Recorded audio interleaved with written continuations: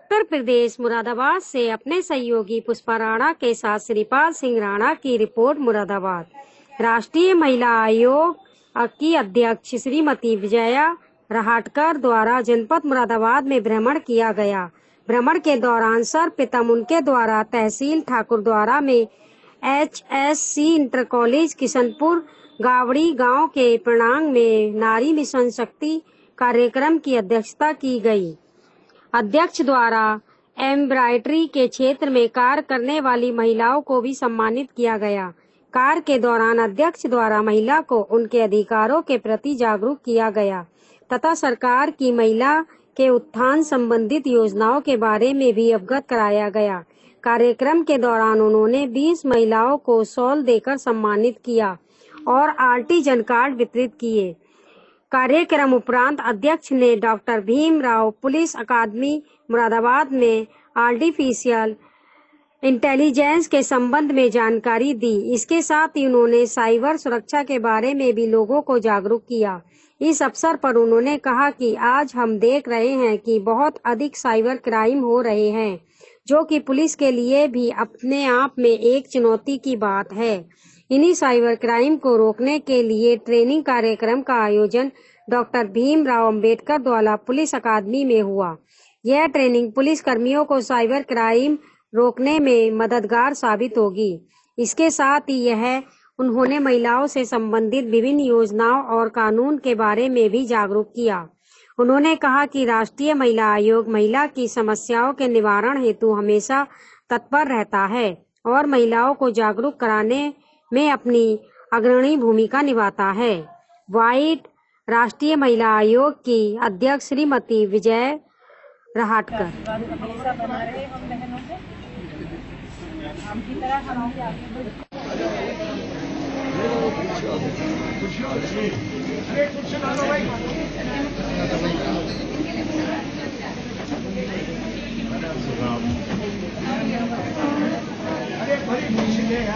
आजकल deep fakes इतने ज्यादा हो गए, हमें आजकल पता ही नहीं कौन सी वीडियो सच है, कौन सी झूठ है, कौन सी वीडियोस पे विश्वास किया जाए। इतने बड़े बड़े लोग जो पढ़े लिखे अच्छे समझे हुए लोग हैं, उनसे भी आजकल गलतियां हो जाती हैं। तो हम तो बहुत ही छोटे तो नहीं कहूंगी, बट हम जैसे लोग तो बहुत ही फिर भी इस फील्ड से दूर है। तो इसलिए हमें अपनी डेली लाइफ में AI जो एक नई चीज है, इसको समझना बहुत जरूरी है, क्योंकि आगे जाके यही हम सबकी सच्चाई बनने वाली है। हमारे लिए कितना आसान है, गूगल पे, जोमैटो पे अगर कुछ ऑर्डर करना है, हमारे जितने भी ऑप्शंस है, हमारी चॉइसेस, वो सब हमारे पास एक फिंगर टिप पे आ गई है। हमारे लिए AI ने बहुत, जैसे अगर कुछ बड़े कुछ चीजें करनी थी, घंटों के काम हमारे लिए मिनटों में हो चुके हैं AI से। कुछ भी चाहिए, ChatGPT है, तो हमारे पास AI हर चीज में है। पर अब हमारे साथ यहाँ पर शुभम जी हैं, इन्होंने इसमें ये हमें ट्रेनिंग देंगे, वर्कशॉप देंगे AI के प्रॉपर टेक्निकल एस्पेक्ट्स में कि AI हम अपने प्रोफेशन में, आपके प्रोफेशन में किस तरह से आप इस्तेमाल कर सकते हैं, किस तरह के केसेस आपके सामने आएंगे, क्या क्या इश्यूज आएंगे और उससे कैसे डील किया जा सकता है। एंड यहाँ पे एक तरह से हम आपसे as a dual personality. Doctor Bhimrao Ambedkar Uttar Pradesh की मुरादाबाद की जो पुलिस अकादमी है, यहाँ पर आज एक विशेष कार्यक्रम हो रहा है जो यशोदा AI नाम के साथ हम कर रहे हैं। इसके लिए इस मंच पर उपस्थित हमारे यहाँ के DIG आदरणीय और इसके साथ साथ अपर पुलिस अधीक्षक श्री महेंद्र कुमार जी, FSL की तरफ से इनका बहुत अच्छा अनुभव हमारे साथ आज जुड़ेगा और जो हमें ट्रेनिंग भी देंगे। ऐसे FSL के श्री प्रणव द्विवेदी जी, उन्हीं के साथ साथ उनके सहयोगी श्री सागर बिश्नोई जी, हमारे कमीशन के अधिकारी श्री राम अवतार जी और यहाँ पर उपस्थित सभी पुलिस अधिकारी, मेरी सहेली और मेरे भाइयों। आज मुझे बहुत अच्छा लग रहा है कि आज यहाँ पर आपके साथ मेरा मिलना हो रहा है।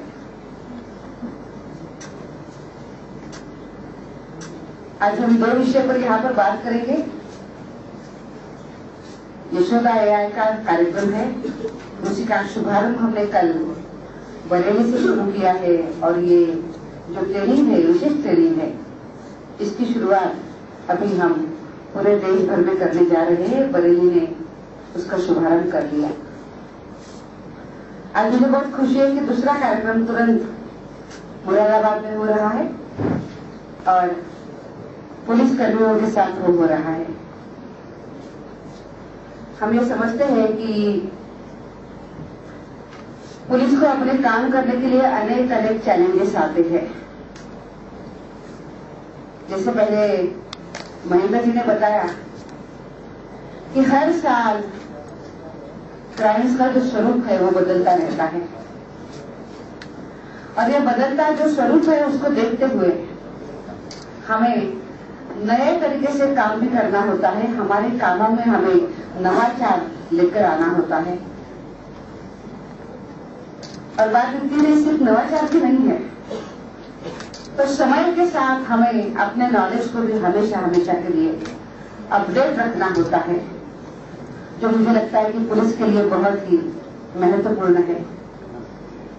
और अगर हमारी नॉलेज अपडेट होती है तो स्वाभाविक रूप में हम जो क्राइम्स होते हैं उनको ढूंढने में और ढूंढकर जो गलत लोग हैं उनको सजा देने में काफी अच्छे तरीके से हम कामयाब हो सकते हैं। आजकल हम देख रहे हैं कि इसी तरीके से साइबर क्राइम्स बहुत ज्यादा हो रहे हैं और अपने आप में हमने जो अभी आंकड़े सुने, ये सुन के मुझे भी बड़ा शौक सा लगा है कि कितनी भारी संख्या में रोज ये अपराध घट रहे हैं। इसके पहले हम कहते थे कि नहीं, क्राइम्स होने का तरीका अलग है। अब हम देख रहे हैं कि अगर सबसे ज्यादा क्राइम्स कोई हो रहे हैं तो साइबर क्राइम्स है, जिसमें अनेक टूल्स का उपयोग किया जाता है, AI का भी उपयोग किया जाता है और ये क्राइम हो जाते हैं। इन सब चीजों को देखते हुए मुझे ये भी लगता है कि अगर सबसे ज्यादा ऐसे जो साइबर क्राइम्स होते हैं, इसपे तकलीफ सबसे ज्यादा अगर किसी को होती है तो वो देश की महिलाओं को होती है, क्योंकि उसमें उनके साथ बदतमीजी तो होती है और उसी के साथ साथ बदनामी का डर होता है। कितनी बार फोटो वायरल किए जाते हैं, वीडियोस हो जाते हैं और वो महिला अपने जीवन से उठ जाती है, उसको बहुत जीवन में आगे चलने के लिए तकलीफ भी होती है। ऐसे अनेक एग्जाम्पल्स हम देखते हैं और इसलिए इन सब चीजों को देखते हुए मेरे मन में आया कि हमने तुरंत AI के बारे में जानकारी देने वाला, अनुभवों को समृद्ध करने वाला और हम AI का उपयोग किस तरीके से हमारे कामों में हम ले सकते हैं, इसका पॉजिटिव उपयोग हम कैसे कर सकते हैं, इसी को सोचते हुए फिर हमने यशोदा AI इस कार्यक्रम को निर्माण किया है। राष्ट्रीय महिला आयोग का ये विश्वास है दोनों में इसकी बहुत ही इम्पोर्टेंट रोल होते हैं। तो टेक्निकल जो फाइनेंशियल फ्रॉड्स में टेक्निकल इन्वेस्टिगेशन होते हैं, जहाँ पे कि हमें कोई भी एक मोबाइल नंबर सबसे पहले एक मेन इम्पोर्टेंट चीज मिलती है किसी भी स्कैम में, तो हम उसका पहले CVR कॉल करते हैं, फिर SDR निकालते हैं। पर आजकल साइबर क्रिमिनल्स इतने स्मार्ट हो गए हैं कि वो जो भी सिम कार्ड या जो भी बैंक अकाउंट यूज कर रहे हैं सब फर्जी डॉक्यूमेंट्स पे होते हैं या किसी लेबर या किसी ऐसे पर्सन के नाम पे होते हैं जिसका कोई इन्वॉल्वमेंट नहीं होता।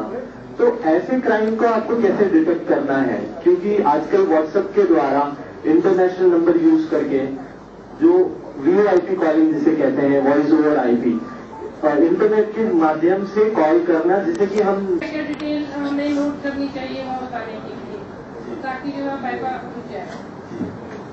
So basically 1930 right, जिसमें सब इंफॉर्मेशन मेंशन है।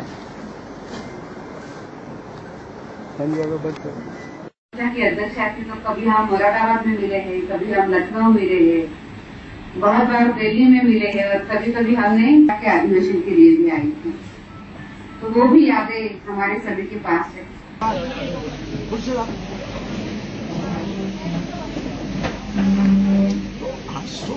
अधिकारियों के साथ थी।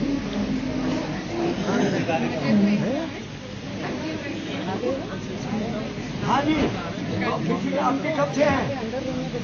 नहीं, इनको मिलके फिर जैसे वो आते हैं तो कौन आ रहे हैं और दोनों काम करते हैं, उधर वो आके बात करें। पहले अपने पार्टी के लोगों अपने के पार्टी साथ से वो, उसके बाद वो फिर हम लोग कुछ बहने ऐसे आ जाए इस तरह, हाँ इधर आ जाओ, ऐसे आ जाए। ये आप लोग दोनों इधर आ जाओ। अरे सची नहीं यार, घुमा दो।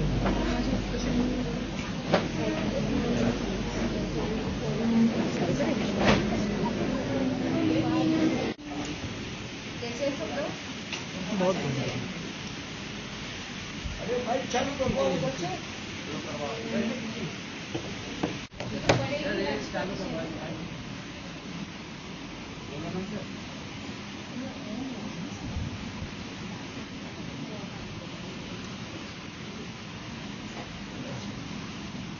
बड़े ही हर्ष का विषय है आज, और क्या शब्दों में का मुरादाबाद दौरा है, किस तरह के कार्यक्रम आयोजित किए?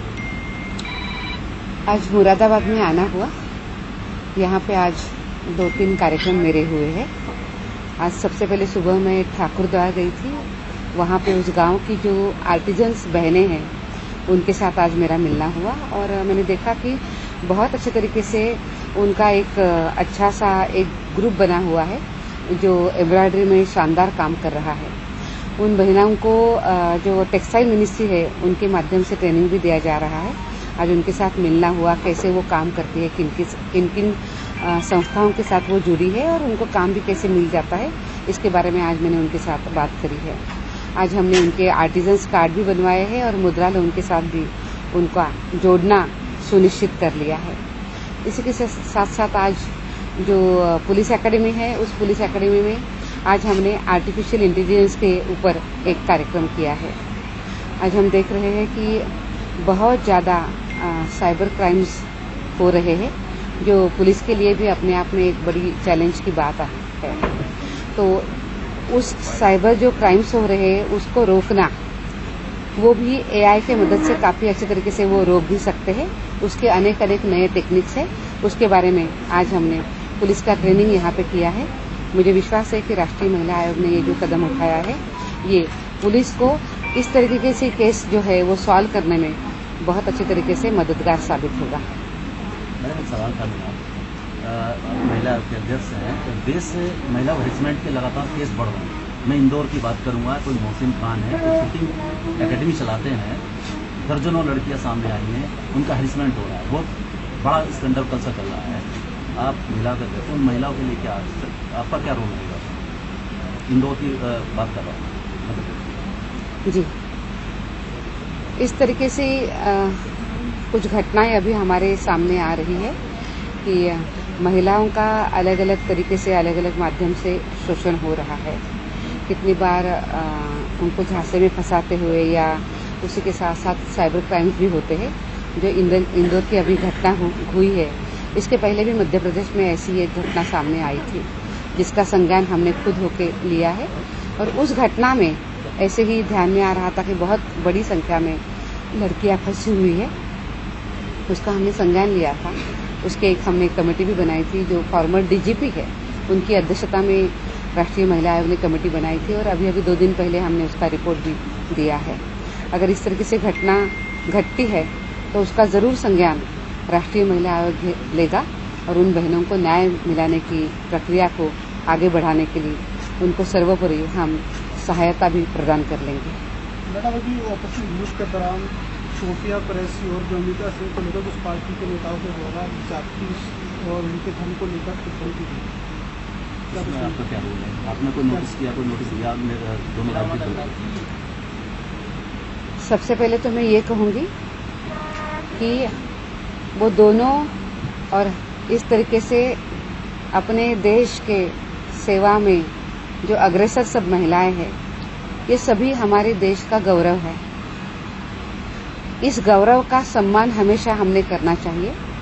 अगर कोई व्यक्ति, वो कोई भी हो, वो अगर हमारी महिलाओं के खिलाफ बात करता है तो राष्ट्रीय महिला आयोग वो कभी मंजूर नहीं करेगा।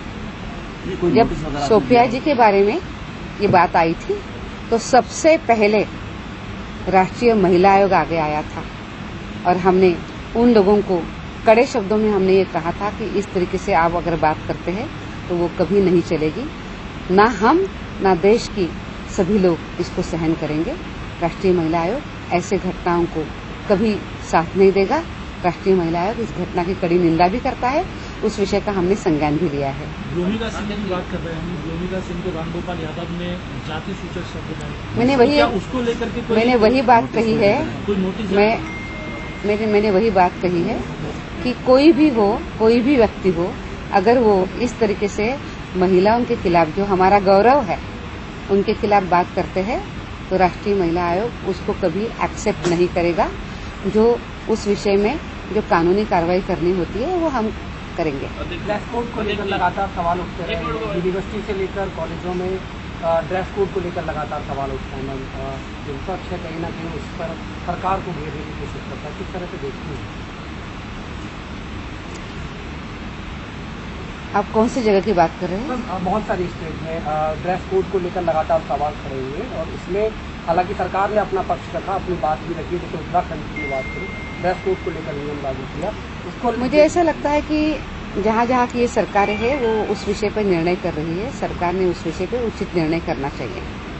अरे जी, आपका दौरा बहुत शानदार है। कोई कामन महिला आपसे मिल पाई इसके लिए? कौन? आप जैसा आप अपने महिला आयोग, अब आपसे सुप्रीम कोई है नहीं, आपके इस दौरे में कोई एक सामान्य महिला पीड़ित, ताड़ित, दुखी आप तक पहुँच पाई? जी पहुँची है। हमने कल बरेली में जनसुनवाई का आयोजन किया था।